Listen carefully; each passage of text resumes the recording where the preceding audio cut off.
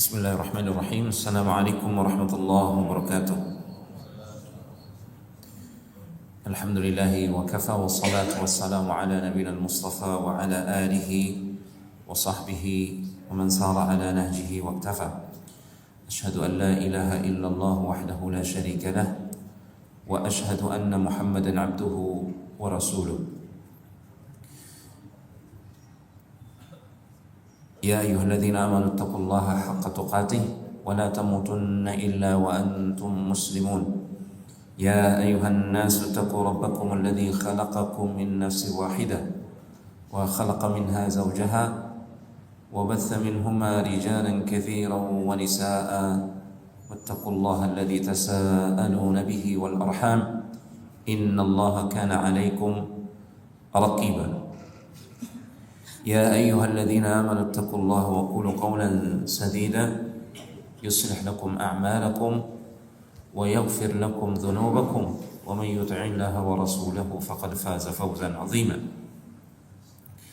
فإن أصدق الحديث كتاب الله وخير الهدي هدي محمد صلى الله عليه وسلم وشر الأمور محدثاتها وكل محدثة بدعة وكل بدعة ضلالة وكل ضلالة في النار. Khawatafillah rahimani wa rahimakumullah. Kita bersyukur kepada Allah Subhanahu wa taala atas taufiknya. Salawat serta salam kita haturkan untuk baginda Rasulullah sallallahu alaihi wasallam, juga untuk segenap keluarga dan para sahabat beliau dan seluruh umat beliau. Kembali menyambung pembahasan kita tentang prinsip-prinsip akidah Ahlussunnah terkait alam barzakh. Dan ini masih dalam tema besar al-imanu bil yaumil akhir, keimanan pada hari akhir. Pada malam hari ini insyaallah kita akan membahas beberapa masail, beberapa permasalahan yang terkait dengan kehidupan di alam kubur.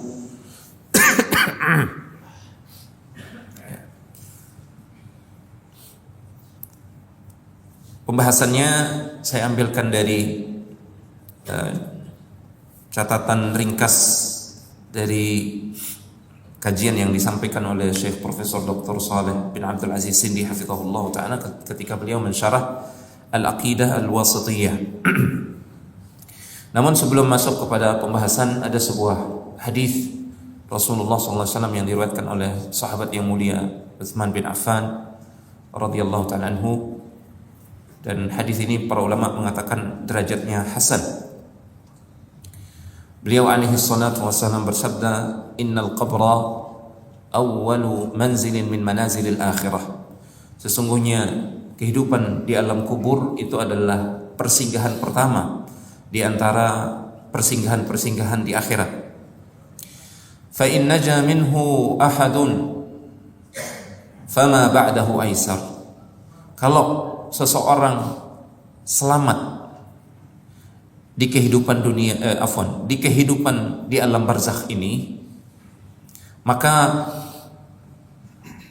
kehidupan setelahnya atau fase-fase yang akan dia song setelahnya itu akan lebih mudah lagi ya. Ketika kebangkitan, ketika dihisab oleh Allah Subhanahu wa taala, ketika dia menyeberangi as-sirat yang membentang di atas jembatan, itu semua akan jauh lebih mudah kalau di alam kubur atau di alam barzakh ini dia selamat dari fitnah kubur, selamat dari adab kubur. Wa in lam yanju minhu fama ba'dahu ashaddu minhu. Sebaliknya, kalau dia tidak selamat dari fitnah kubur, pertanyaan di alam kubur, tidak selamat dari azab kubur, maka kehidupan berikutnya, di fase-fase berikutnya di hari akhirat itu akan jauh lebih berat lagi. Ini hadis ini dibawakan oleh Utsman bin Affan. Dalam riwayat disebutkan beliau berziarah kubur kemudian menyampaikan hadis ini sambil beliau menangis, menunjukkan bahwasanya kehidupan kita di dunia ini, jamaah sekalian, baik buruknya itu sangat menentukan baik buruk kehidupan kita di alam barzakh. Maka semoga melalui kajian-kajian tentang akidah Ahlus Sunnah wal Jamaah terkait kehidupan alam akhirat, alam kubur dan alam akhirat, itu semakin menambah keyakinan kita untuk terus beramal, ya, mempersiapkan kiamat kita masing-masing. Jadi para ulama mengatakan man mata faqad qamat qiyamatuh. Siapa yang mati, mengalami kematian, datang ajalnya, maka sungguh dia sudah didatangi oleh kiamatnya sendiri. Jadi masing-masing kita itu punya kiamat, yaitu kematian. Khotifillah rahmanillah wa iyyakum jami'an.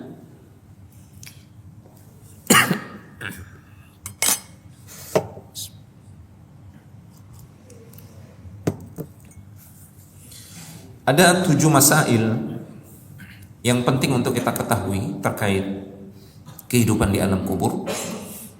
Namun sebelum itu kita sampaikan secara ringkas beberapa prinsip Ahlus Sunnah wal Jamaah, ya, terkait, khususnya terkait nas-nas atau dalil-dalil yang berbicara tentang alam kubur atau alam barzakh. Karena alam kubur ini sesuatu yang gaib, ya, ini perkara gaib.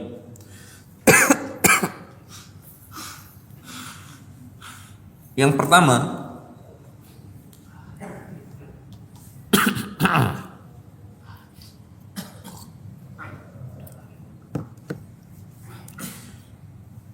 wajib kita mengimani semua yang dikabarkan oleh Rasulullah SAW tentang kehidupan setelah kematian, termasuk segala sesuatu yang akan terjadi di alam kubur.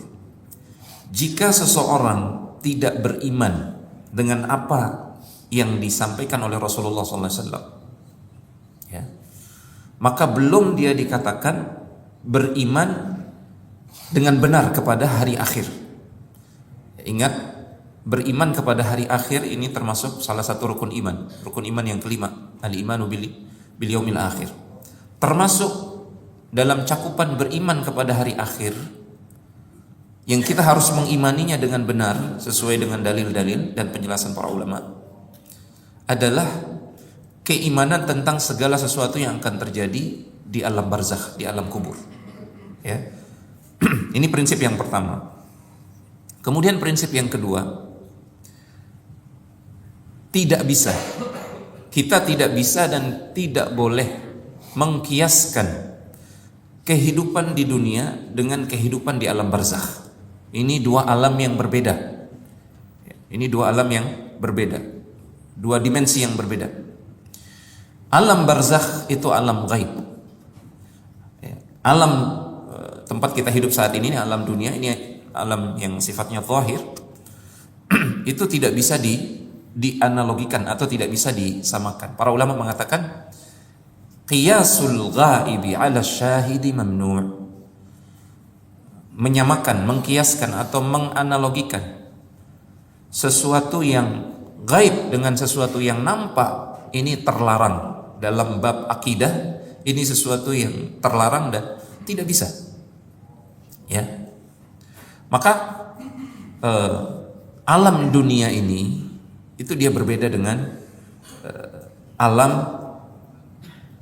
barzakhiyah, kehidupan di alam barzakh, di alam kubur.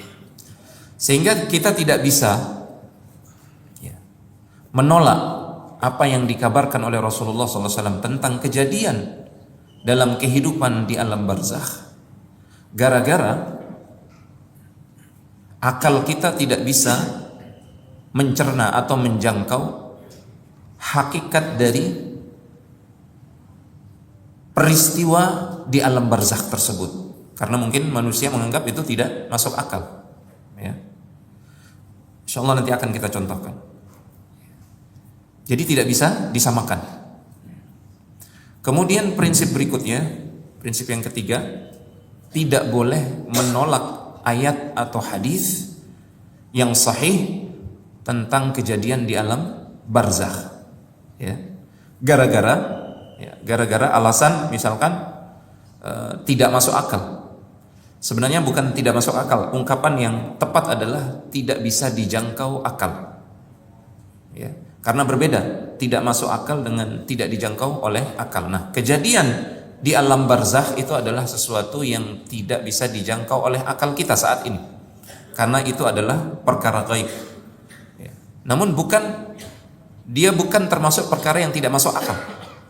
Nanti ketika kita mengalaminya, maka dia menjadi sesuatu yang masuk akal. Saat ini akal kita tidak bisa menjangkaunya. Ini prinsip yang ketiga, tidak boleh menolak hadis-hadis sahih yang berbicara tentang kejadian-kejadian di alam barzakh dengan alasan itu tidak dijangkau oleh akal kita. Kemudian prinsip yang keempat, kita harus yakin bahwasanya sifat utama orang-orang yang bertakwa kepada Allah Subhanahu wa taala, sifat mereka yang paling utama adalah beriman kepada perkara yang gaib.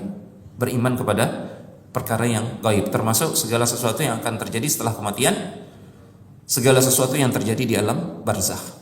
Allah Subhanahu wa taala berfirman tentang orang-orang yang bertakwa di awal surat Al-Baqarah. Ciri pertama mereka disebutkan oleh Allah adalah walladzina yu'minuna bima unzila ilaika wa ma unzila min qablik alladzina yu'minuna bil ghaib. Alladzina yu'minuna bil ghaib. Mereka adalah orang-orang yang beriman kepada perkara yang gaib. Ini ciri pertama dan utama orang yang bertakwa. Baik. Kita ambil contoh penerapan dari prinsip-prinsip tadi. Kita ambil contohnya, ya. Contoh tentang hadis Al-Barra bin Azib yang pekan lalu kita bahas tentang azab yang akan menimpa orang kafir di dalam kubur, di alam kubur, ya. Disebutkan dalam hadis tersebut, setelah orang kafir dan munafik tidak bisa menjawab pertanyaan malaikat, maka mereka diadab, ya. Disebutkan bahwasanya mereka dipukul dengan palu besi. Dalam riwayat yang lain disebutkan, andai kata palu tersebut dipukulkan pada gunung, lasara turaba, niscaya gunung tersebut akan jadi tanah, jadi debu, hancur. Ya. Disebutkan juga bahwasanya yasihu sayhatan, si mayit yang dipukul ini dia akan berteriak dengan satu teriakan, yasma'uhu atau yasma'uha kullu man yalih illa tsaqalain. Ya, semua yang ada di sekitarnya itu mendengar teriakan tersebut kecuali jin dan manusia. Disebutkan juga jasad mayit kafir atau munafik ini yudayyaqu alaihi qabruhu hatta takhtalifa adla'uhu. Dalam hadis disebutkan seperti itu. Jasadnya dihimpit sampai tulang rusuknya itu saling bersilangan, berhimpitan. Ini hadis sahih, dibawakan oleh Rasulullah Sallallahu Alaihi Wasallam. Nah, kita terapkan prinsip-prinsip yang tadi. Pertama, wajib kita mengimani apa yang dikabarkan oleh Rasulullah Sallallahu Alaihi Wasallam ini. Tidak boleh kita menolak hadisnya karena hadisnya sahih. Dan kita mengimani secara zahir sesuai dengan apa yang dikabarkan oleh Rasulullah SAW bahwasanya benar-benar ya, mayat kafir atau munafik ini dipukul oleh malaikat, benar-benar mereka berteriak, yang teriakan hanya didengar tidak bisa didengar oleh jin dan manusia, benar-benar tulang rusuknya dihimpit sampai bersilangan, ya. Kemudian kalau dikatakan ternyata jasad orang kafir ketika dibongkar kuburannya ternyata normal, ya, tidak mengalami seperti yang dikabarkan dalam hadis ini, maka kita kembalikan kepada prinsip yang pertama bahwasanya alam kubur itu adalah alam gaib dan tidak bisa dikiaskan dengan alam nyata, alam dunia ini. Adapun para ulama menjelaskan, adapun mayat atau jenazah si kafir atau munafik yang dibongkar tersebut itu adalah jasad yang berada di alam dunia. Sementara yang dikabarkan oleh Rasulullah SAW itu adalah jasad di alam barzakh. Ya, jadi tidak bisa apa istilahnya? Tidak bisa dicampur aduk. Ya, jangan seseorang menolak hadis yang sahih ini gara-gara misalkan membongkar mayat, membongkar kuburan, kemudian menemukan jasadnya normal saja misalkan. Ya, kita katakan itu jasad di alam dunia, sementara hadis-hadisnya berbicara tentang jasad di alam barzakh. Nah, baik. Wajib kita mengimani juga tentang nikmat dan adab kubur. Kita sudah jelaskan ini. Para ulama memberikan contoh pendekatan bahwasanya adab dan nikmat kubur itu sesuatu yang masuk akal, sesuatu yang masuk akal. Mereka memberikan contoh pendekatan dengan mimpi. Ya, kita di dunia ini sering mengalami mimpi baik ataupun mimpi buruk. Ya. Syekh Soleh Sindi mengatakan seseorang yang bermimpi, misalkan ya, dia bermimpi sesuatu yang membahagiakan, maka dia bisa merasakan sendiri ketika dia mimpi. Dia merasakan kesenangan, kebahagiaan. Atau ketika dia mimpi buruk, dia bisa merasakan. Bahkan ketika dia bangun, dia masih merasa ketakutan. Ya. Ini contoh pendekatan bahwasanya apa yang terjadi pada diri kita ketika kita bermimpi, entah itu mimpi baik ataupun mimpi buruk, itu sebenarnya tanda yang Allah Subhanahu wa taala berikan kepada kita bahwasanya adab dan nikmat kubur itu sesuatu yang memungkinkan, bukan perkara yang tidak masuk akal. Nah, ini sebagai muqaddimah. Berikutnya penjelasan tentang beberapa masail yang masih terkait dengan kehidupan di alam kubur. Yang pertama, di alam kubur itu ada fitnah kubur namanya. Ya, fitnah kubur, ujian di alam kubur. Dalam hadis yang sahih disebutkan bahwasanya ujian dalam kubur itu sangat dahsyat sekali. Ya. Saking dahsyatnya sampai-sampai Rasulullah SAW menyerupakannya mirip-mirip dengan fitnah Dajjal. Dalam hadis yang sahih yang diriwayatkan oleh Imam Al-Bukhari dari Asma binti Abi Bakar radhiyallahu ta'ala anhuma, Rasulullah SAW bersabda, "Wa uhiya ilayya annakum tuftanuna fil quburi qariban min fitnatid dajjal." Telah diwahyukan kepadaku bahwasanya setiap kalian nanti akan mengalami fitnah, ujian di dalam kubur, dan ujiannya sangat dahsyat sekali, mendekati ujian fitnah dajjal.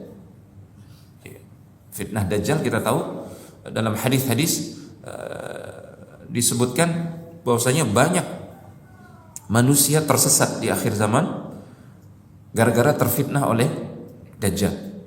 Nah, ujian atau fitnah di dalam kubur itu kata Rasulullah SAW mirip-mirip atau dekat dengan dahsyatnya fitnah dajjal. Nasallallahu salamah wal afiyah.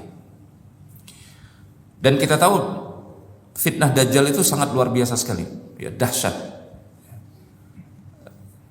Dalam hadis yang sahih, hadis riwayat Muslim dari sahabat Hisham bin Amir radhiyallahu ta'ala anhu, Rasulullah SAW bersabda, "Ma baina khalqi Adam ila qiyamis sa'ah khalqun akbaru minad dajjal wa fi riwayatin amrun akbaru minad dajjal." Tidak ada semenjak penciptaan Adam sampai hari kiamat tidak ada fitnah yang lebih besar daripada fitnah dajjal. Ini hadis sahih diriwayatkan oleh Imam Muslim dari sahabat yang mulia Hisham bin Amir radhiyallahu ta'ala anhu.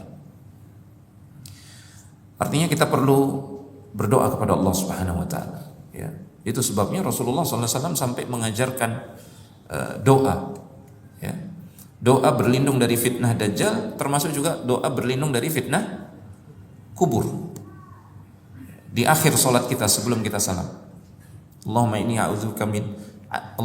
inni a'udzubika min adzabi jahannam wa min adzabil qabri wa min fitnatil mahya wal mamati wa min syarri fitnatil masihi ad-dajjal. Ya, berlindung dari 4 hal.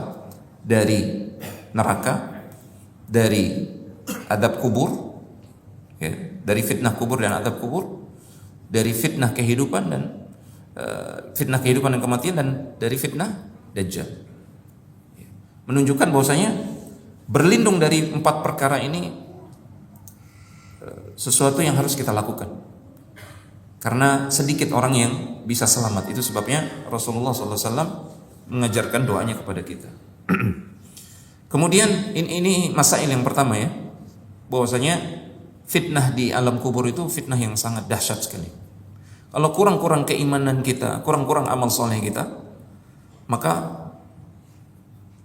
kita tidak akan selamat dari fitnah kubur. Insya Allah nanti akan kita bahas bahwasanya azab kubur itu tidak hanya akan menimpa orang kafir dan orang munafik. Bahkan ada orang mukmin yang kena azab kubur. Insya Allah nanti akan kita bahas. Dalil-dalilnya disebutkan oleh para ulama.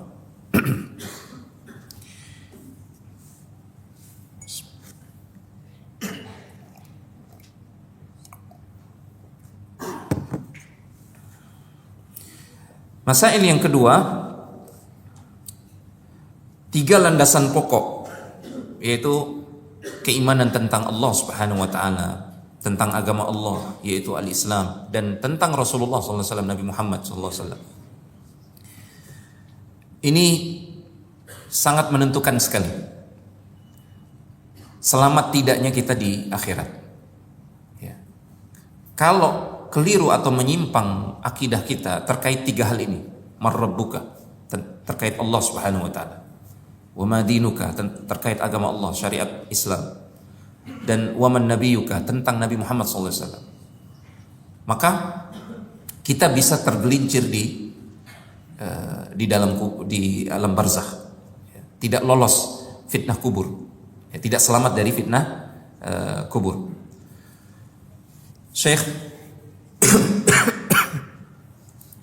Syekh Saleh Sindi hafizahullah taala, beliau menjelaskan, bihasabi thabatil insani ala hadhihi al-usuli fi dunya yakunu thabitatan fi tilkal fitnah. Seberapa kadar keyakinan seseorang, kokohnya seseorang terkait 3 hal ini, ya, marrabbuka wa madinuka wa man nabiyuka, maka seperti itu pula kadar sabat dia atau kekokohan dia ketika berhadapan dengan fitnah kubur, ya. Jadi walaupun pertanyaannya simple, marrabbuka wa man nabiyuka wa man nabiyuka, dan kita sudah hafal jawabannya, para ulama menjelaskan tidak semudah itu untuk menjawab pertanyaan ini nanti di alam kubur. Tidak semudah itu. Hanya orang-orang yang dibuat sabat oleh Allah. Yuthabbitullahu alladhina amanu bil qawli tsabiti fil hayatid dunya wa fil akhirah. Ya, termasuk dalam cakupan ayat ini adalah orang-orang yang dibuat sabat, kokoh jawabannya, mantap jawabannya ketika ditanya oleh malaikat terkait 3 hal ini. Mereka adalah orang-orang yang hidup di atas tauhid, mati di atas tauhid. Ya. Syekh Saleh Al-Utsaimin menambahkan, ini dalam syarah Al-Usul Ats-Tsalatsa, tidak boleh taklid dalam urusan 3 hal ini, marrabbuka wa ma nabiyuka wa man nabiyuka. Dalam 3 hal ini nggak boleh taklid. Paling tidak seorang mukmin dia pernah belajar, pernah mendengar dalil tentang tauhid, tentang ittiba kepada Rasulullah SAW, tentang wajibnya bersyariat dengan syariat Islam yang dibawa oleh Nabi Muhammad SAW. Wajib, sekalipun dia tidak hafal dalilnya. Karena Dalam sebuah riwayat tentang orang-orang munafik dan orang kafir yang ditanya oleh malaikat, "Man rabbuka wa ma nabiyuka wa man nabiyuka?" Mereka tidak bisa menjawab. Namun mereka mengatakan, "Kuntu aqulu ma yaqulun nas." Sami'tu an-nas yaquluna qawlan. Aku mendengar orang-orang mengatakan la ilaha illallah Muhammadur Rasulullah. Kuntu aqulu ma yaqulun nas. Aku ikut-ikutan mengucapkan apa yang mereka ucapkan. Yang seperti ini tidak lulus fitnah kubur, tidak lulus pertanyaan-pertanyaan tersebut, dia dihukum, dia diazab. Ya. Dari sini Syekh Saleh Al-Utsaimin mengatakan maka tidak boleh ikut-ikutan dalam masalah ini. Ya. Harus seseorang itu belajar tentang 3 landasan pokok ini, al-usul ats-tsalatsah. Supaya kita beriman kepada Allah Subhanahu wa taala dengan keimanan yang benar. Supaya kita beriman kepada Rasulullah SAW dan agama yang beliau bawa ini dengan keimanan yang benar. Nah,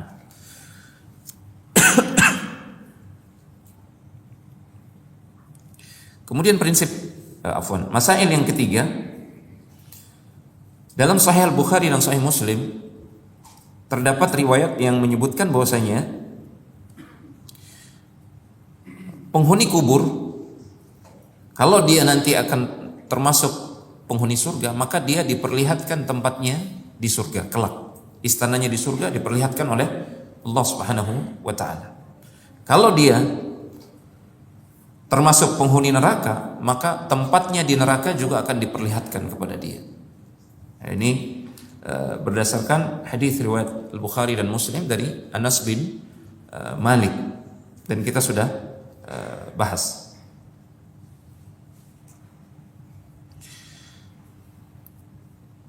Contoh misalkan neraka yang diperlihatkan setiap hari pagi dan petang disebutkan di dalam Al-Quran tentang Alu Fir'aun, tentang Fir'aun dan para pengikutnya.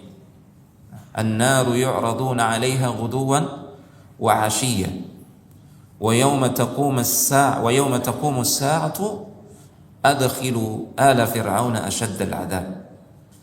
Diperlihatkan neraka kepada Fir'aun dan pengikutnya setiap hari pagi dan petang, dan nanti di hari kiamat, di akhirat, dikatakan kepada mereka, masukkanlah Fir'aun dan para pengikutnya ke dalam azab yang keras.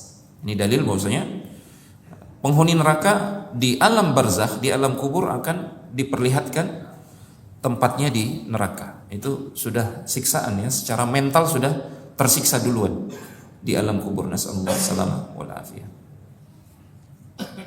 Kemudian permasalahan berikutnya yang keempat, apakah semua orang akan mengalami fitnah kubur? Ya, pertanyaan marrabbuka wa ma nabiyuka wa ma dinuka wa man nabiyuka, apakah semuanya akan mengalami hal tersebut? Kalau kembali kepada dalil-dalil, ternyata ada beberapa golongan yang dikecualikan. Ya, mereka tidak ditanya, otomatis selamat. Ya, tidak berhadapan dengan fitnah kubur ini. Yang pertama disebutkan bahwasanya yang tidak akan mengalami fitnah kubur itu para syuhada. Nanti insyaallah kita bawakan dalilnya. Kemudian yang kedua al-murabitun. Ya, orang prajurit kaum muslimin yang berjaga-jaga di perbatasan, menjaga keamanan negeri kaum muslimin. Ya, mereka menjaga di perbatasan dalam jihad fi sabilillah. Ini al-murabitun. Kemudian dalil juga menyebutkan seorang mukmin yang meninggal di malam Jumat atau di hari Jumat, ini juga akan lolos fitnah kubur. Ya. Kemudian Syekh Utsaimin menambahkan para nabi dan rasul, jelas. Karena derajat mereka lebih tinggi daripada para syuhada. Kalau para syuhada saja lolos dari fitnah kubur, apalagi para nabi dan rasul. Berikutnya adalah para siddiqin, semisal Abu Bakar As-Siddiq. Karena derajat siddiqin ini lebih tinggi daripada derajat syuhada. Kemudian para ulama juga menyebut orang gila dan anak yang belum balik ini juga tidak akan mengalami fitnah kubur, namun mereka nanti akan mengalami ujian di akhirat. Mereka akan mengalami ujian di akhirat. Kecuali Al-Imam Al-Qurtubi, beliau mengatakan anak kecil nanti ditanya di dalam kubur, akan ditanya dalam kubur. Namun Allah Subhanahu wa taala memberikan ilham jawaban yang tepat. Taib, apa dalilnya? Terkait para syuhada, Allah Subhanahu wa taala berfirman, "Wala tahsabanna alladhina qutilu fi sabilillahi amwata bal ahya'un 'inda rabbihim yurzaqun." Janganlah kalian menyangka bahwasanya orang-orang yang gugur di jalan Allah Subhanahu wa taala mereka itu mati. Ya, tidak, mereka hidup dan mereka mendapatkan rizki dari sisi Allah Subhanahu wa taala.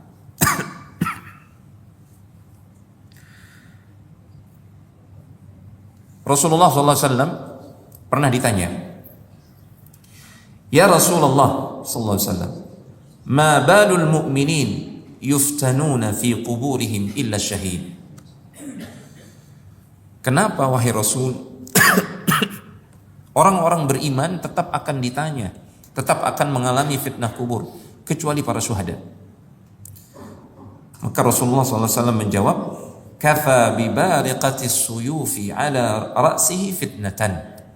Sudah cukup kilatan sabetan pedang di atas kepala mereka itu sudah cukup jadi ujian akan keimanan mereka, sehingga mereka tidak akan mendapatkan fitnah di dalam kubur. Hadis sahih dalam Sunan An-Nasa'i disahihkan oleh Syekh Al-Albani rahimahullah ta'ala.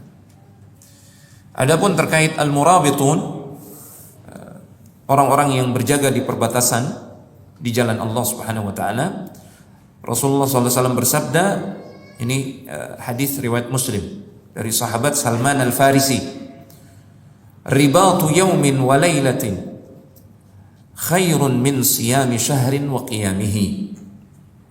Berjaga-jaga di perbatasan sehari semalam itu jauh lebih baik daripada berpuasa sebulan penuh dan salat malam selama sebulan.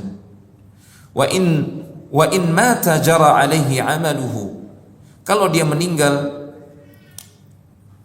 maka akan terus mengalir pahala amalan yang telah dia kerjakan. Jara alaihi amaluhu alladhi kana ya'maluhu wa ujriya alaihi rizquhu wa aminal fattan. Allah akan terus mengalirkan rizki untuknya di alam barzakh, wa aminal fattan, dan dia akan aman dari al-fattan. Penjelasan para ulama terkait al-fattan di sini maksudnya adalah malaikat yang akan menguji hamba tersebut di alam kuburnya. Dia akan aman, ya. Kemudian terkait orang yang mati di malam Jumat atau di hari Jumat, Rasulullah SAW bersabda, ini hadis dari Abdullah bin Amr. Hadisnya diperselisihkan oleh para ulama, sebagian mengatakan hadisnya hasan, ya. Ma min muslimin yamutu yawmal jumu'ati aw lailatal jumu'ah illa waqahu Allahu fitnatal qabri. Tidak ada seorang muslim pun yang meninggal di hari Jumat dan di malam Jumat melainkan Allah akan melindungi dia dari fitnah kubur. Ya. Namun sebagian ulama mengatakan hadis ini dhaif, ya. Karena sanadnya. Adapun dari sisi matannya, sebagian ulama mengatakan didapati justru orang-orang yang tidak beriman kepada Allah banyak yang meninggal malam Jumat dan hari Jumat, sehingga bukan jaminan, ya, meninggal malam Jumat dan hari Jumat itu bukan jaminan kata mereka. Wallahu taala a'lam. Namun hadis ini bagi ulama yang menguatkannya, Syekh Al-Albani termasuk yang menghasankan hadis ini, mereka mengatakan tentu saja yang aman dari fitnah kubur adalah muslim yang bertauhid yang meninggal di malam Jumat atau di hari Jumat. Adapun yang tidak bertauhid kepada Allah Subhanahu wa taala maka tidak ada jaminan. Walaupun dia meninggal di hari Jumat atau di malam Jumat.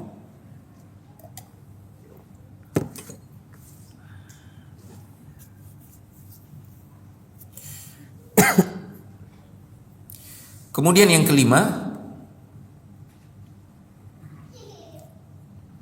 sebelum kita masuk ke masail yang kelima, bagaimana dengan orang kafir? Apakah tetap ditanya, "Man rabbuka wa ma nabiyuka wa man nabiyuka?" Berdasarkan hadis Al-Barra bin Azib yang sudah kita bahas, para ulama mengatakan, di antaranya Ibnu Qayyim rahimahullah taala, orang kafir juga tetap ditanya. Tetap ditanya. Ya. Sebagian ulama berpendapat lain. Ibnu Abdul Bar rahimahullah taala, beliau mengatakan orang kafir tidak ditanya, langsung diadab. Ya. Percuma ditanya, karena mereka pasti akan diadab, pasti tidak lulus fitnah kubur. Namun para ulama yang lain, mereka berangkat dari keumuman dalil hadis Al-Barra bin Azib, orang kafir dan orang munafik juga ditanya, dan mereka tidak bisa menjawab pertanyaan tersebut.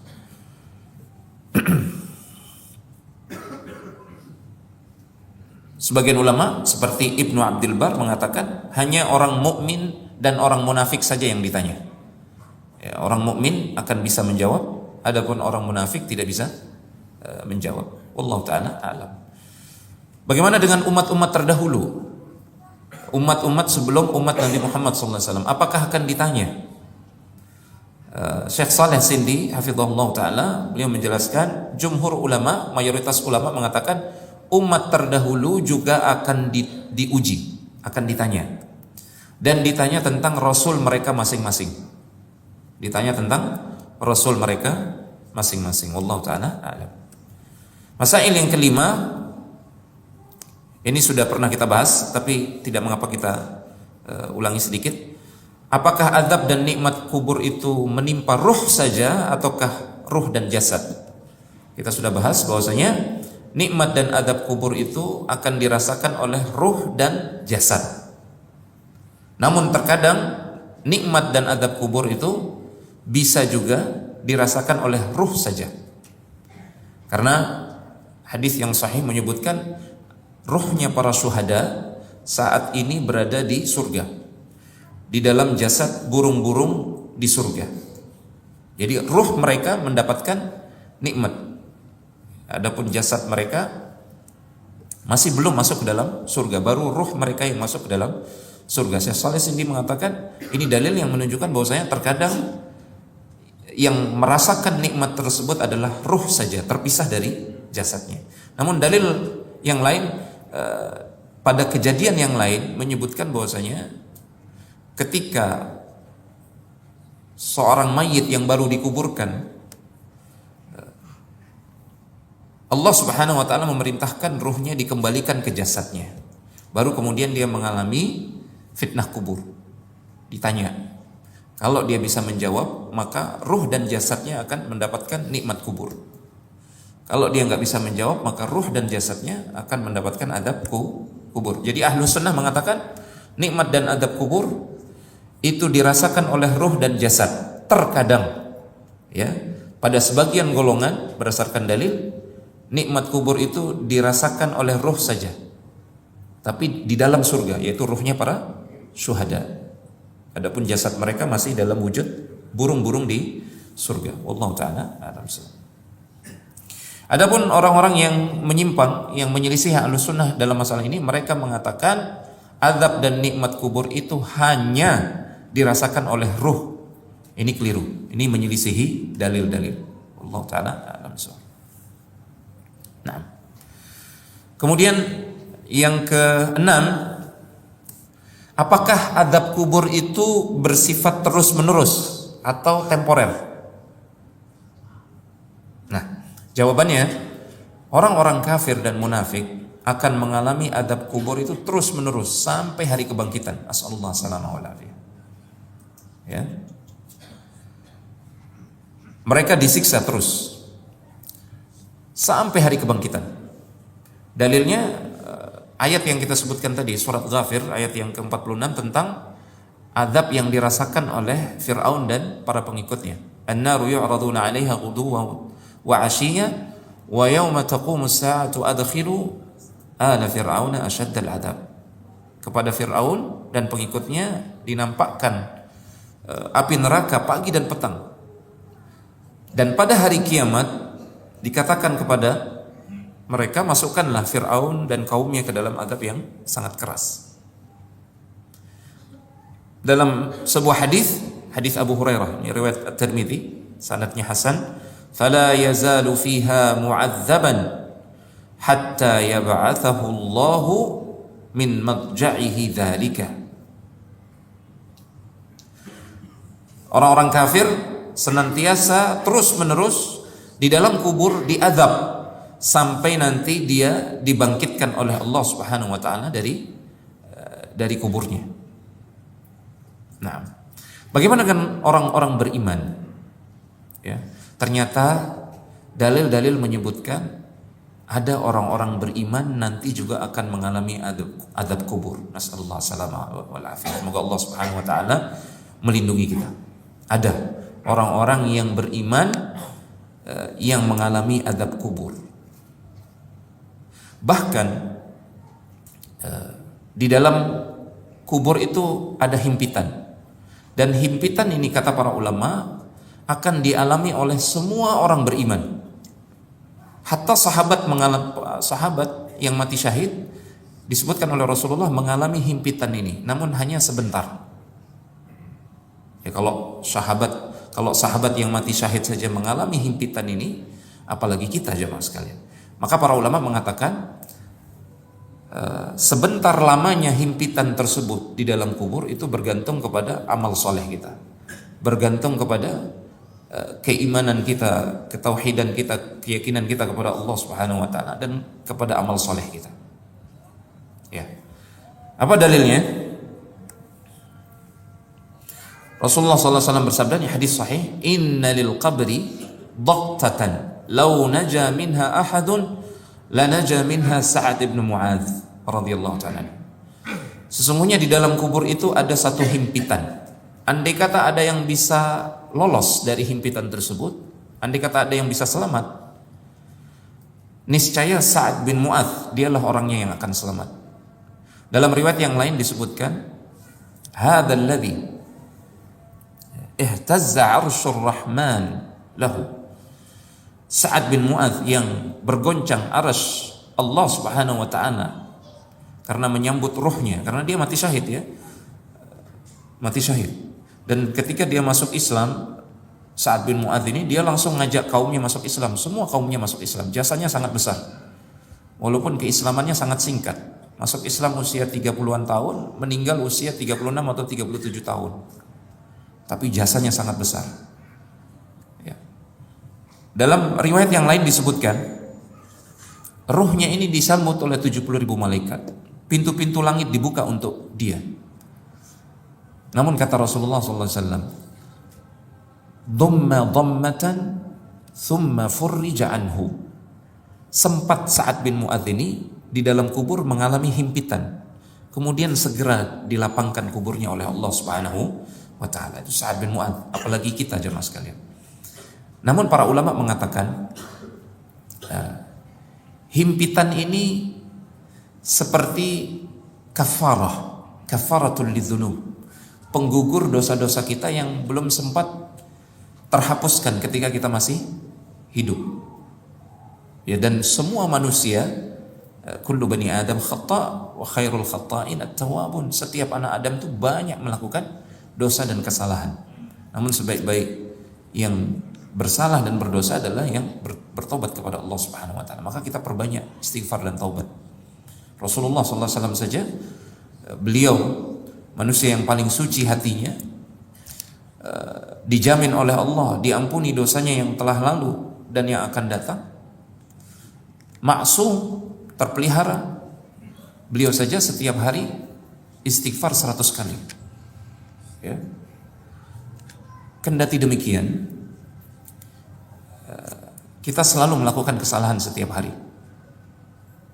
Nah, terkadang Allah Subhanahu wa taala dengan rahmatnya menggugurkan kesalahan-kesalahan tersebut dengan musibah, dengan ujian, cobaan, dengan sakit, dengan kehilangan.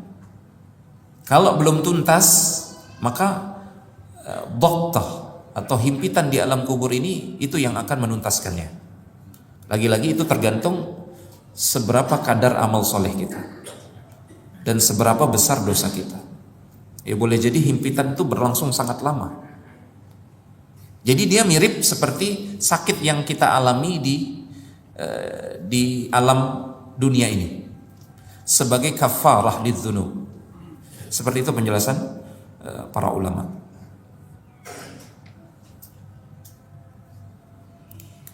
Dan pada akhirnya orang yang beriman yufsahu lahu fi qabrihi madda basarihi, dilapangkan kuburnya sejauh mata memandang. Dalam riwayat yang lain, 70 dhira'an tulan wa ardan, kuburnya dilapangkan 70 hasta, panjang dan lebar 70 hasta. Para ulama menjelaskan ini juga bergantung amal soleh. Ya, luasnya kuburan kita nanti di alam barzakh ini bergantung amal soleh kita. Ada yang diluaskan, dilapangkan sejauh mata memandang. Kemudian yang terakhir, yang ketujuh, bagaimana dengan muslim atau mukmin ahli maksiat? Apakah mereka akan mengalami azab di dalam kubur secara terus-menerus? Ya, ini yang saya katakan tadi. Ternyata hadis-hadis sahih menyebutkan ada muslim atau mukmin dan dia pelaku dosa besar, dia akan mendapatkan azab di alam kubur. Namun yang jadi pertanyaan, apakah azabnya ini terus-menerus ataukah ada saatnya nanti dia diselamatkan oleh Allah Subhanahu wa taala? Jawabannya, ada yang diazab terus-menerus sampai hari kiamat, ada juga yang diselamatkan oleh Allah. Ya, setelah dia diazab, kemudian Allah Subhanahu wa taala menyelamatkan dia, kemudian Allah memberikan nikmat kubur. Yang kalau kita kembali kepada hadis-hadis. Nah, dia diselamatkan atau dihentikan azabnya karena beberapa sebab. Yang pertama, murni karena rahmat Allah Subhanahu wa taala. Murni Allah mau merahmati dia, maka di stop azabnya. Kemudian yang kedua, karena ada pahala yang mengalir. Ini pentingnya kita banyak-banyak mendoakan orang tua kita yang sudah meninggal, atau keluarga kita, atau saudara kita, atau teman-teman kita. Doakan. Ya. Hadis dalam riwayat yang disebutkan, termasuk pahala yang bisa dihadiahkan adalah kita bersedekah dengan atas nama orang tua kita. Ya. Ini sepakat para ulama, ibadah maliyah, ibadah berupa harta itu bisa dihadiahkan. Bisa dihadiahkan pahalanya kepada orang yang sudah meninggal. Ya, kita bersedekah, kemudian sedekah kita itu atas nama orang tua kita yang sudah meninggal. Maka ini pahalanya bisa mengalir. Ini salah satu yang bisa menyelamatkan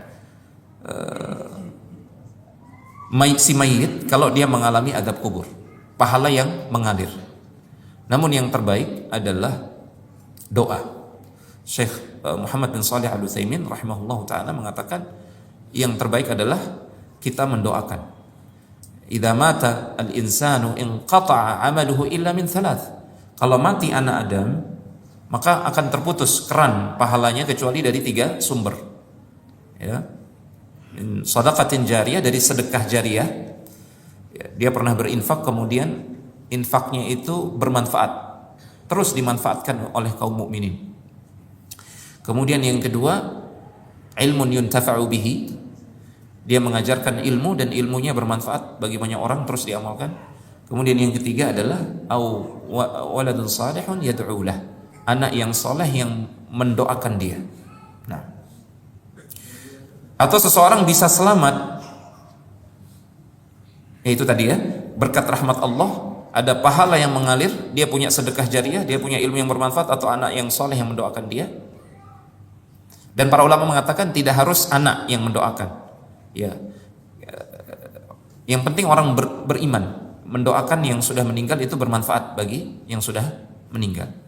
atau pahala yang dihadiahkan. Tapi pahala yang dihadiahkan ini terbatas pada dalil-dalil yang ada. Dalil-dalil yang ada menyebutkan misalkan yaitu tadi berinfak,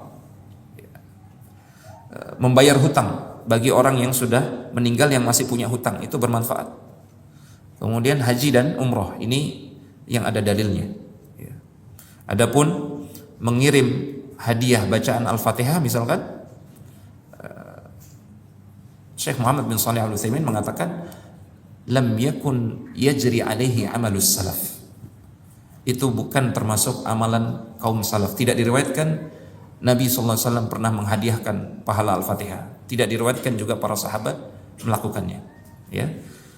Sekalipun sebagian ulama mengatakan boleh dan akan sampai. Namun para ulama mengatakan itu tidak pernah menjadi amalan kaum salaf.